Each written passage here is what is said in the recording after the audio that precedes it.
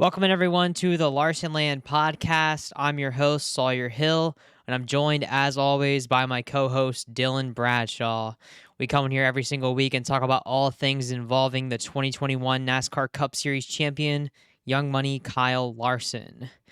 A 14th place finish for Kyle Larson out at the Phoenix Raceway in the Valvoline number 5 car on Sunday, but not not that good of a weekend overall for Chevrolet and for Hendrick Motorsports. Dylan, what were your thoughts on the race? Yeah, I mean, just initially the Toyotas just straight up dominated. We kind of saw that in practice. We saw it in qualifying that the Toyotas were definitely going to be faster, which going back to, I think it was December, they did a test in Phoenix, and I mean, they were super quick. They definitely hit on this new Camry for sure. They led 298 of the 312 laps. I think the only laps they didn't lead were during a strategy change or something. I think Gilliland stayed out, was trying to get a caution or something, but of the four previous next gen Phoenix races, they led a total of 15 laps. So I think Phoenix was definitely something they wanted to hit on, and they did that, just straight up domination. And you kind of mentioned this over text. A lot of people are talking about it. This is scary for anyone that's not a Toyota. If they make it in the final four, which Bell, I mean, it's not crazy to say that he's gonna make it that far. Just won the race. He, Yep. definitely has the talent, definitely has the speed to do so. So that's definitely something scary. Going into Phoenix being the championship race, but overall terrible race. I hate Phoenix. So boring, no passing. What were your thoughts on the race? Yeah, I mean, obviously not a good run for Kyle and really any of the Hendrick cars. It started off bad from practice on Friday, 20th in practice, qualified 17th on Saturday, and going into the race on Sunday, I wasn't very hopeful that Kyle was gonna have a good car, but starting 17th, there was room for him to kind of make his way up to the front. And at the end of the first stage, I think he was up to 11th, had a loose rear tire on the pit stop there, sent him all the way to the rear of the field, had to drive all the way back up, got up to 14th by the end of stage 2, and then another loose rear tire for the 5 team. That time they didn't have to come back down pit road. They fixed it there during the stop. Didn't lose as many spots, but it was every time they took a step forward, they took 2 steps back, and I don't think the car was capable of winning the race or anything like that. But a top 10 was definitely probably possible without some of the mishaps that they had. But I guess if you're gonna have some mishaps like that, that's probably the day to have them when the car's really not in contention for the win anyway. But we even, the big thing I kind of took away from the last stint of the race, the last stage, was how Chase Elliott and William Byron, they both kind of ran inside the top 10 the entire day, but they started with that track position. And as soon as they lost that in the final stage, they were unable to make any of it up. I mean, Larson was the last or the fourth of the Hendrick cars the majority of the day, and he ended up being the best one in 14th. So I guess that says a lot about Hendrick's day out at Phoenix. But again, Chevrolet was just not very good all day. I think Chastain was where did he finish? Somewhere around fourth or fifth, something like that, and he was the top Chevy ahead of Larson in 14th. Yeah, I think the biggest takeaway kind of from Phoenix is the package did not help improve the product of racing at all. I think, I've worn this hat a few times, but I think this really, it is clear now. We need more horsepower. I mean, so many drivers and fans have made it for years, or made the argument for years. We need more horsepower. It's definitely a viable option at some tracks. I mean, obviously, intermediate tracks, we typically see solid racing with this car there. May not need it, but short tracks, they need it. I mean, more horsepower. It's more time off the throttle. It makes it more skill based. Driver. Not everyone is just in the gas the whole time. That's kind of what makes it so difficult to pass. Um, I don't know why NASCAR refuses to add more horsepower. I see some people say that it was kind of, it's an attempt to attract more manufacturers to NASCAR, but I mean, last time I checked, we still have the same ones. So I think they should kind of, put away with that. I saw I saw a clip of Denny Hamlin in his podcast. They were talking about it briefly, and he says he has no idea why they won't pull the trigger on it. He says it doesn't increase the price of the engine at all. So I don't know. I mean, I think that really is a solution to tracks like Phoenix, tracks like Martinsville, tracks like Richmond. I mean, short tracks. I mean, that's really, the big thing. I mean, the more time you're spending off the throttle, the more it makes it, harder for the driver to, you know, you want to see the drivers fighting their cars. I mean, grip and all that comes into play, and it just kind of makes it, more skill based, more on the drivers, and it's more on their shoulders. So I don't know. I hope they, eventually add it, but I don't know. I don't really see them doing it. They just seem to be ignoring. I mean, so many drivers are, advocating for it, and adding 100 horsepower isn't going to do anything. I mean, you got to have, probably in the 850 plus range. I mean, cars used to have 950 horsepower, so I don't know. Hopefully we see a change. Yeah, I mean, I think something definitely needs to be a major change, and I know Jeff Gluck tweeted that of the next gen races at Phoenix, this race had the most passes on track. But to me, that doesn't matter. I mean, this package sucks. The short tracks have sucked in the next gen car since its beginning, and I mean, minute changes like that, it's not making a big enough difference for fans to be able to say, wow, that was a much better race. If you can't watch the race and say that was awesome or that was a lot better than what we've seen before, then it's not a big enough change in my opinion. I mean, I know the race at Atlanta was, for me, we've complained about Atlanta, complained about super speedway racing, but the way Atlanta turned out a couple weeks ago, we actually said like, hey, that was a good race. Like it put on a good show. I think some of that has to do with the way the surface has developed there, but this short track package is still definitely a work in progress, and I hope NASCAR doesn't say that this was a success. That's my biggest fear, is that you see those stats and see that there was more on track passes than in any other race in the next gen car, that's success, and really it's not.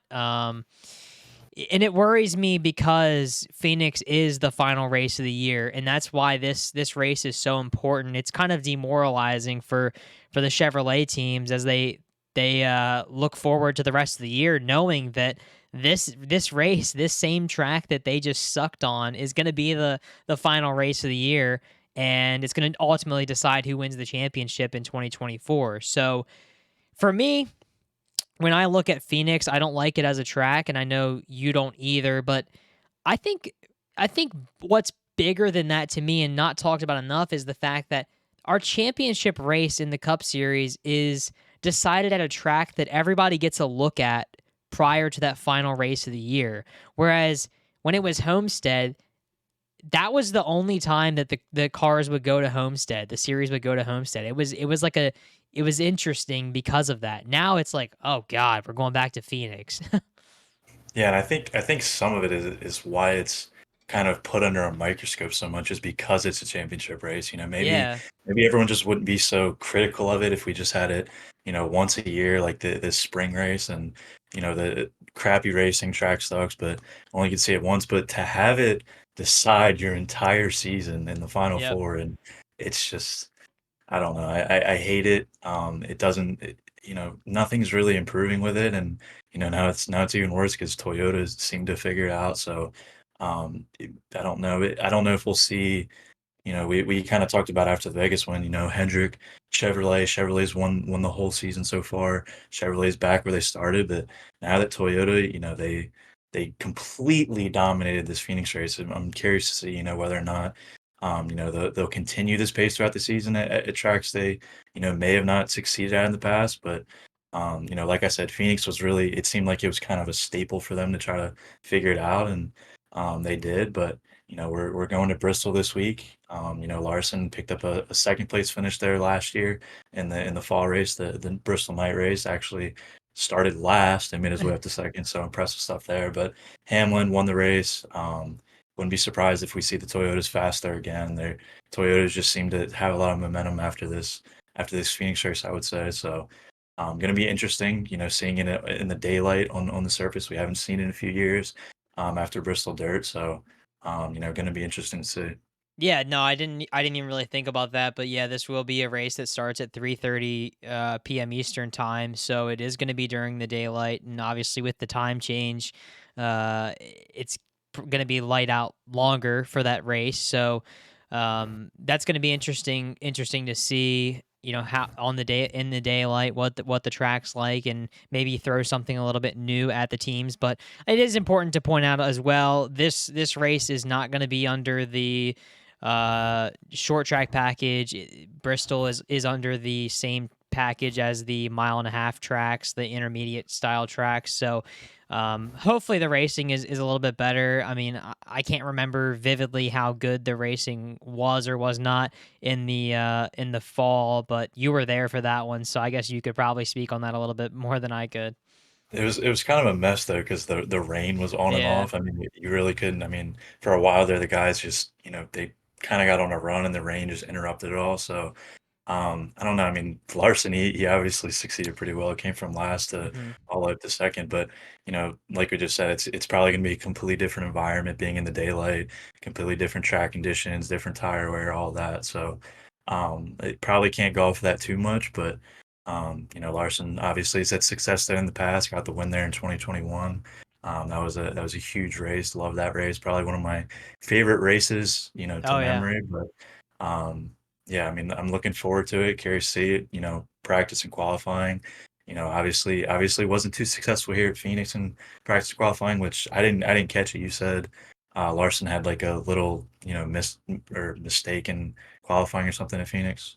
Yeah, I mean, maybe not a mistake necessarily, but compared when they showed, him compared to the guys that did transfer through to the final round, it looked like he kind of got out of it a little bit sooner than other guys getting into turn 3, and that's really where he lost most of his time. And it kind of just makes you wonder, like, if he did qualify a little bit better at Phoenix, would he have had a better shot or not? I mean, in my opinion, I don't think so. I think that it would have been the same situation regardless of where he started in that race, because the Toyotas were just, they just had the raw speed. And I think going into Bristol, I think Kyle's going to have a good car. I mean, he always seems to do really good there. We know that Bristol and Homestead are two of his favorite tracks, and in being those symmetrical style ovals without the D shape. And expect him to be fast, and really Hamlin again. I mean, Hamlin's another one I'm probably going to be watching, and then Tyler Reddick. I mean, Tyler Reddick has been really strong